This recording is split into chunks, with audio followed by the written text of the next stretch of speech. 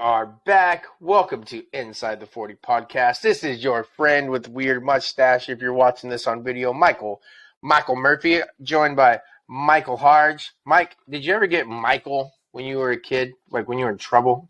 Yeah, I did get Michael, and that's exactly when I knew that I was in trouble, whenever my mom would call me Michael. And now people at work call me Michael, people in the streets call me Michael, and I'm like, what is wrong with y'all? My name is Mike. I go by Mike when I'm with people, man. Exactly. My name is Mike. It's not Michael. It's a family. Right. It's to the point now, like my wife calls me Michael all the time, so now everybody calls me Michael. I'm just to the point I'm like, F it. It is, call me whatever. At this point, I just don't care. Tell me about before we jump into our Texas Longhorns stomping Rice. Nice to finally see anything. What's going on in the life of Mike Hardge this week? Well, this week we had my son turned 13, so we had his birthday party over the weekend, and Monday night he played a middle school football game. His team won 14-7, so that was awesome. For him to win the game, for them to win the game on his birthday. So it was really, really cool. Been doing a lot of soccer as well, and just trying to enjoy football season, Mike. You know how this gets. This is everyone's Christmas that really enjoy the game. Obviously, we got some friends that really love baseball, but when it comes to the football aspect of it, everybody gets excited. Man, I'll tell you what, real quick, shout out to the guy at Austin FC. I'm a season ticket holder that came up and yelled at me when I asked if we could maybe move the flags to other parts of the state, of like the fans in the supporter section. Was like, no, this is what you signed up for. No, I'm well aware. I'm a season ticket holder. Maybe we just do like 10 minutes so the people behind can see the game and we don't just get hit by flags. Just throwing it out there. Austin supporter section, Austin FC. I know this is about UT football, but some of us go to those games. Right. Can we just spread the flags around? Can we just – he didn't like it. He started cussing me out. And I was just like, I don't know why you're upset. This is factual statements. All right, let's talk UT football, man. First and foremost, Casey Thompson, the gamer, the kid, right? We kind of, he came in at Arkansas, kind of moved the ball, I think, opened Sark's eyes. Was like, okay, maybe we've got a little bit of a gamer here instead of this practice player I'm seeing for a while. And now all of a sudden, dude comes in and was moving the ball, slinging it, and it felt good, right? Because this was the first time in a long time Texas really beat the snot out of a team they were supposed to. Right. Like, you know what I mean? Not like, oh, man, 37 to 13 or 20, Tulsa, or 28-20, 21-20. We're talking 58 to nothing, to the point where people were leaving in the third quarter because it was boring.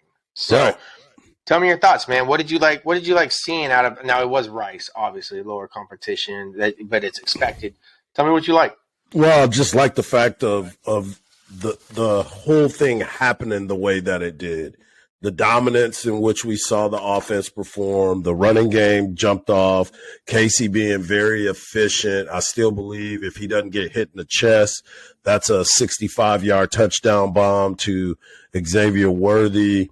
But the way that he controlled the game and the way the energy seems to happen for the team when he's on the field, let's just put it in perspective. And this is where I get a little upset with people that say it was Rice, or he did it against Colorado, or he did it against all these other quote-unquote teams.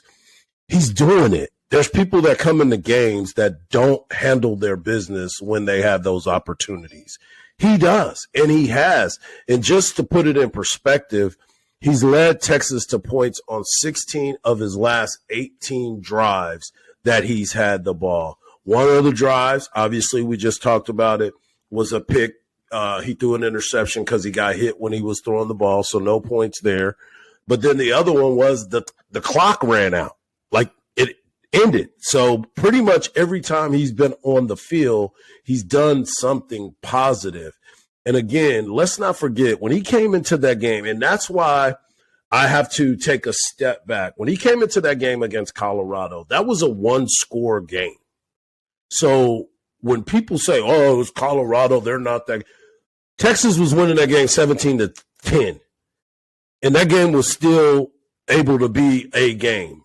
And he just went out there and the entire game changed because he was throwing the ball deep. He wasn't missing those deep passes that we've had continuously happen over the last 2 years. And he moved the team. And you see it, Mike. You were there. You got to see the energy when he steps on the field and the way that he commands the offense and the way it was run.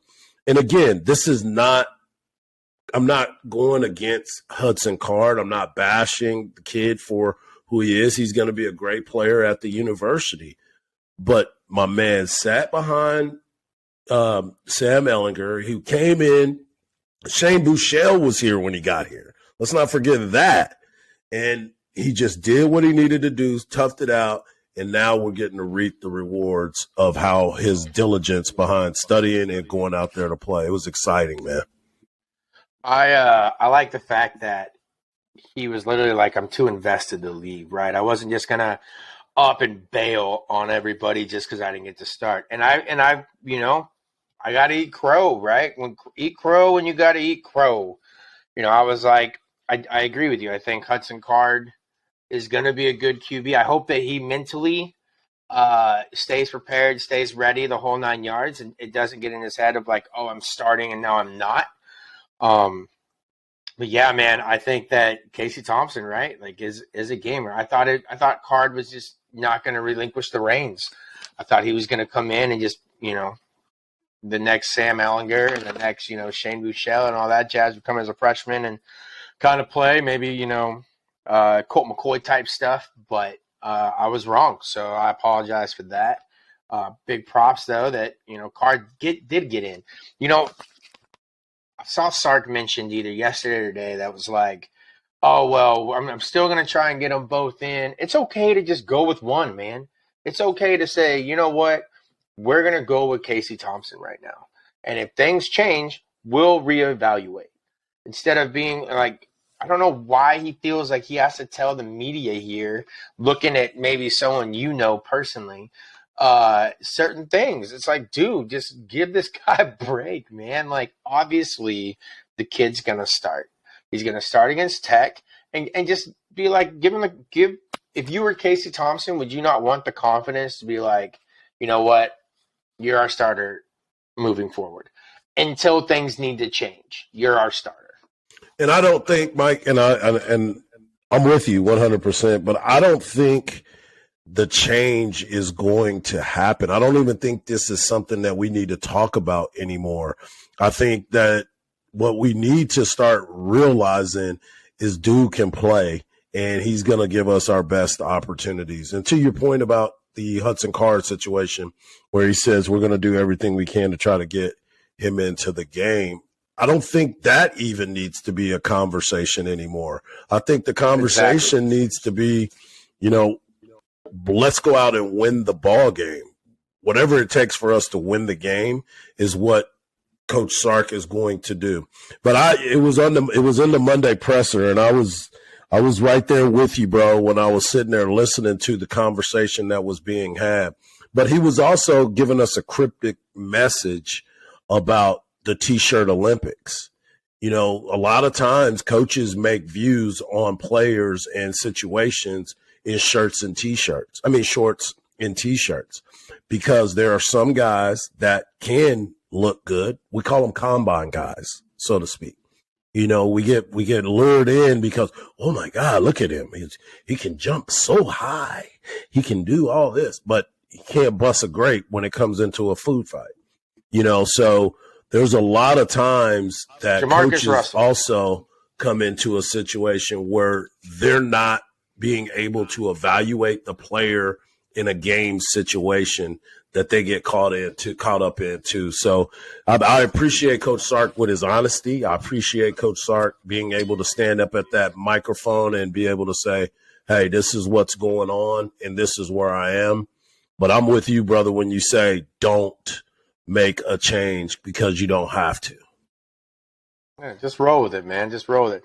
All right, so offensive line looked better. Again, it was Rice. I'm not going to write home about it or anything like that. But, we had Bijan with 113 yards. You had Roshan over 100 and something yards. Third string running back with 78 yards. Heck, Jonathan Brooks looked like the next Tony Dorsett out there. You know what I mean? So I think, down the road, the running backs room looks great, right? Looks great. Defense put up a 0, a goose egg. We love to see it. Sacks on the last play. Let's move on to Tech real quick. We got Tech coming in town. To be honest, like I haven't even really followed Tech. But from last year to what they are this year, I mean, they had a couple close wins so far this year. But give me your thoughts on Tech, what we want to see. I mean, this is Big 12 play, right? Also, 11 o'clock games. Give me your thought process on 11 o'clock games.